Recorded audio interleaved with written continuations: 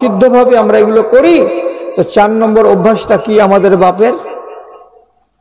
ভুল হয়েছিল বলে, ভুলে গেছিলেন, স্মরণ ছাড়া হয়ে গেছিলেন বলেই, তর্ক বিতর্ক হয়েছে বলেই আমাদের আদি পিতা আল্লাহ রাব্বুল আলামিনের সামনে খাকসার হয়েছেন নিজের গাটাকে ধুয়ে পরিষ্কার করে নেওয়ার জন্য, গুনাহ থেকে মুক্তি লাভ করার জন্য আল্লাহর কাছে আরজি জানিয়েছিলেন, আরাধনা করেছিলেন, আহ্বান করেছিলেন।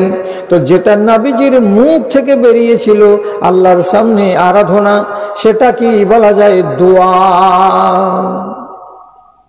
তো পাপ করার পরে আদম দোয়া করেছিলেন আল্লাহ তাআলার কাছে।